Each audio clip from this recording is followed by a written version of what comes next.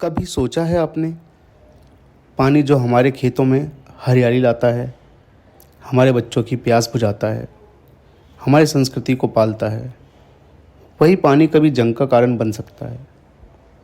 ये कहानी एक नदी की, जो शांति भी बहाती है और युद्ध भी। ये कहानी है सिंधु नदी की।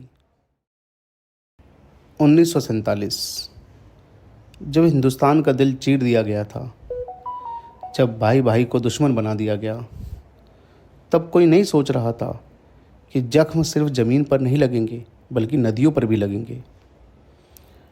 पंजाब, जहाँ हर कोस पर पानी गाता था, आज खामोश था। नदियाँ वहीं थी, लेकिन उनका भविष्य बढ़ चुका था। भारत के हाथ में थे नदियों के स्रोत, पाकिस्तान के हाथ में थी प्यास, और यही प्यास नफ़रत का बीज बन गई। 1948, भारत ने रोक दिया सतलुज और ब्यास का पानी। पाकिस्तान की धरती पर हरियाली मुरझाने लगी, नहरें खाली हो गई, किसानों की आंखों में आंसू आ गए।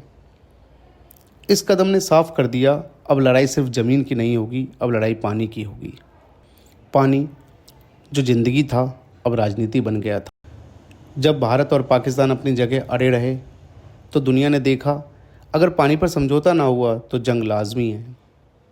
1951 से 1960 तक 9 वर्षों तक चली बातचीत। सैकड़ों ड्राफ्ट बदले, हजारों घंटे की बहस हुई।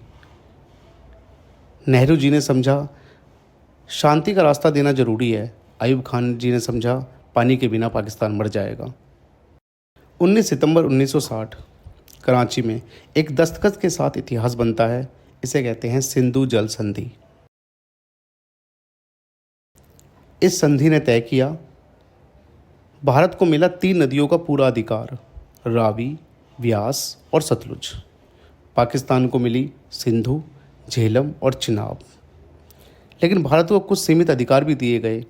सिंचाई के लिए पानी लेना, सीमित क्षमता वाले run of the river hydro power project बनाना। ये एक समझौता था जिसमें किसी का दिल पूरी तरह खुश नहीं था, लेकिन किसी को भूखा भी नहीं छोड़ा गया था।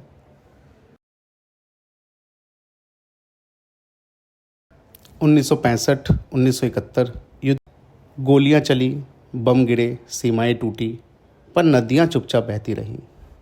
क्यों?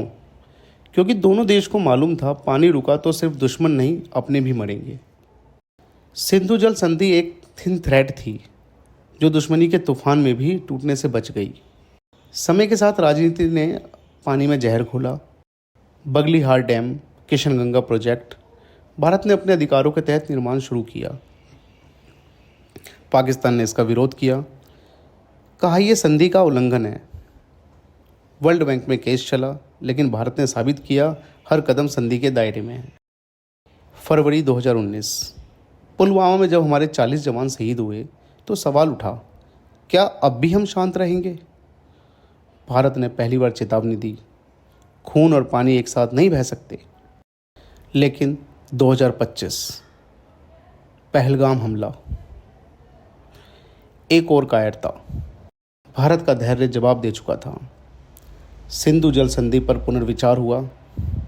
पानी पर पूरी तरह भारत का हक लागू करने की घोषणा दी गई। अब खेल बदल चुका है। अब पानी भी एक हथियार है। अब नदियाँ सिर्फ बहती नहीं, अब नदियाँ जवाब देती हैं।